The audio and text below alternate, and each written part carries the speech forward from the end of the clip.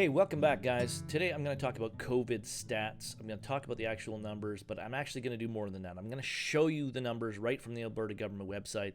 No lies, no media spin, no nothing. I'm going to give you the numbers straight. So I'm going to also post the link below to show you where you can go. So you can just click on it, go right here to this website, go through all the different tabs that I'm going to show you, and you can look up these numbers for yourself. So again, if you do anything, even if you don't watch the rest of this video, like, share, subscribe, send this to people, get this information out there, because I think this is important for people to look at and make a decision for themselves on what they're being fed by the media, because you can, when you look at this, you can clearly see a media spin, a PR campaign to sell you something that isn't necessarily the entire truth. So have a look at it. Go through it, share it with everybody, guys. Share the info. Even if you don't share the video, just share the information.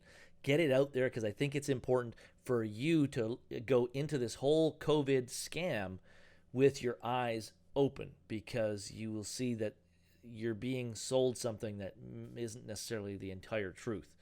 Well, it is true. The statistics they're giving you are true. They're just being pumped up and brought to the foreground. The numbers that really don't mean anything, and the numbers that really do mean a lot are not being shown to you at all. They're not being focused on whatsoever. So I'm going to get into that. Let's get started here, and I'm going to show you what is here. So here's the Alberta government website that has all the statistics from hospitalizations, ICU, deaths, everything. Like the whole thing is here. This is just a general breakdown on the highlights page. And one of the important numbers that I want to point out right off the bat here is that there's 108 people in ICU currently, and there was 1,587 deaths. So now, take a guess. How many ICU beds do you think there are, or acute care beds are here in Alberta? And that's 8,515. We have 8,515 acute care beds, and guess what? 108 people in ICU. Well, guys, ICUs are always full all the time, and the media tells you and spins it to you that yes, ICU beds are full, and they're talking about COVID, but what they don't tell you is those ICU beds are not full of COVID patients. They're full of other patients. People that, have heart disease, heart attacks, suffering from a stroke and whatever, you name it, right? Any, serious illness or disease, that's what these ICUs are full of. They're not full of COVID patients. We have 108 people in ICU currently and 8,500 beds. Do the math. It's not rocket science, right? It isn't rocket science for you to figure out that the ICU beds are not full of COVID patients. Let's move on to the next page, because I don't want to take up a whole lot of time. So lots of statistics here, lots of information to break down. Average age of the cases, between 30 and 39 seems to be the highest, and they're not at a very great risk of death to begin with, but I'm not going to focus there. There's more important spots to go. The charts here are great. A lot of information you can break down by date, from who died, how many cases, intensive care, how many recovered, like by date. It's actually really good. They do a really good job of this. One of the things that is interesting to see is how COVID cases spike as winter goes and then comes back down as winter is going away. Awful similar to the chart for influenza. I'm not saying it's influenza. I'm not saying COVID-19 doesn't exist. Let me be clear on that. It does. But if you have a look here at the confirmed cases, if we look at case count, and we look at case count today, and we look at case count the last time it was around there, here it was before November 1st, where we were still business as usual, going to our gyms, having dinner at restaurants, despite the fact that we had, some other draconian measures. But COVID seems to spike in the winter, like many other, winter viruses. So bear that in mind. I think that's important. What is one of the biggest things that we don't get in the wintertime when it comes to your health? We don't get a lot of vitamin D, because we don't get a lot of sun and we don't get out very much. So correlation, I'm not a doctor. You be the judge.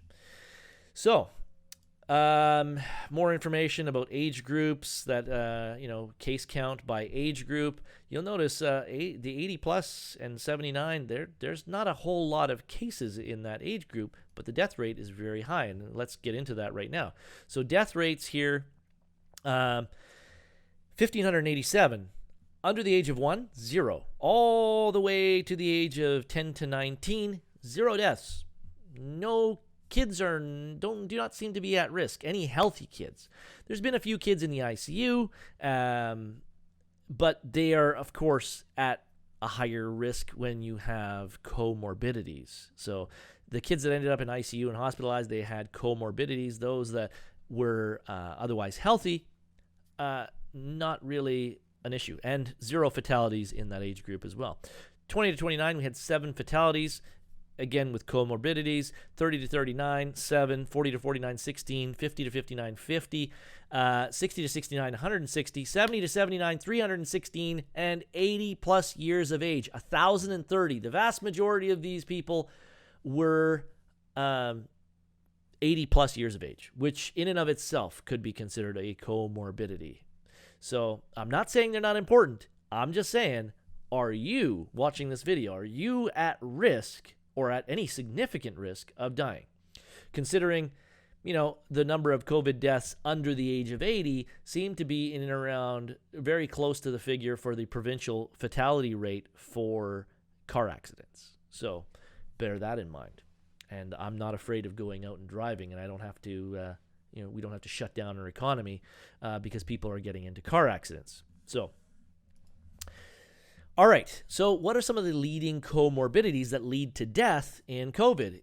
Very interesting. They got the numbers here. 1,271 of the 1,500 and some odd people, 82% that works out to being had hypertension. Hypertension, folks. What's one of the leading causes of hypertension? Stress. What are we doing with this COVID PR campaign, especially with the elderly? We're stressing them out. Are we trying to kill old people? Are we trying to kill those people that are at higher risk by being on the media nonstop telling them everybody's dying and everybody's getting this? The focus that the media is using, the focus on case count and trying to scare people, is not the right place to be focused. These numbers are important, yet we don't see any of these with the mainstream media. None of them are showing this. What are some of the leading causes of hypertension if you want to keep yourself away from being at risk? Well, let's see.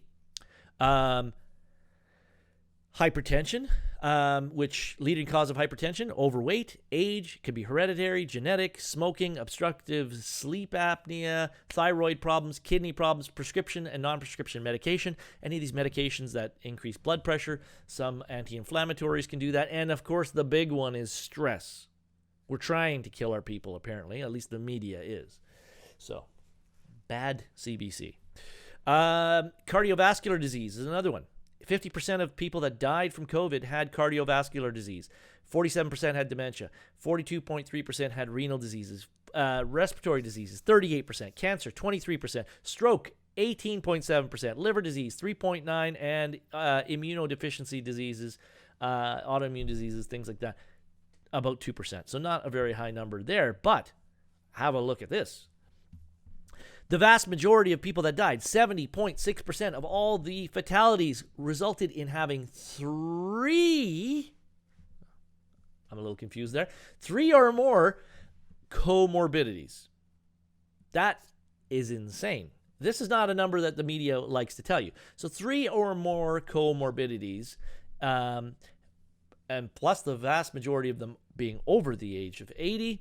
And again, so in the blue section here, 2 conditions, 2 of those comorbidities. In the gray section, 1 comorbidity. And this little green line here at the bottom represents those people that died that had no known comorbidities. But as I said before, being 80 years of age or older might be considered a comorbidity. Guys, have a look at these numbers. ICU, people admitted to ICU, same kind of figures. Non-ICU hospital admissions, same kind of percentages. Very similar. Most had multiple comorbidities. Wake up and smell the bacon, people. If you are not a sickly person, you are probably at next to 0 risk for dying from COVID or getting sick or being hospitalized. This is nowhere near as bad as what they're telling us, but they keep selling it to us. As I said, the ICUs are full. They're not full of COVID patients, though. though they want you to believe that.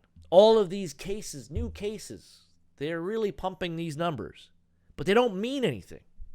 If they don't actually mean anything, they're just a big number, an inflated number that they can make you feel afraid of COVID. That's all they're using it for. And what reason? Why are they shutting everything down, locking us in our homes? Well, your guess is as good as mine. There's plenty of conspiracy theories about it, I'm sure. I don't want to get into that. I want to get into the facts here, and these are the facts. This is the Alberta government statistics. This is their information. I'm giving you direct information right from their website. Of course, there's other statistics, others like breakdown by different regions. You can see all that kind of stuff. Guys, have a look. Like I said, have a look for yourselves. Don't take my word for it. Get out there, have a look, get on this website yourself, and figure out for yourself what's actually going on. But to me, this looks like a freaking scam. I can't look at it in any other way. And the amount of people that have lost their homes, lost their jobs, lost many things over this this scam.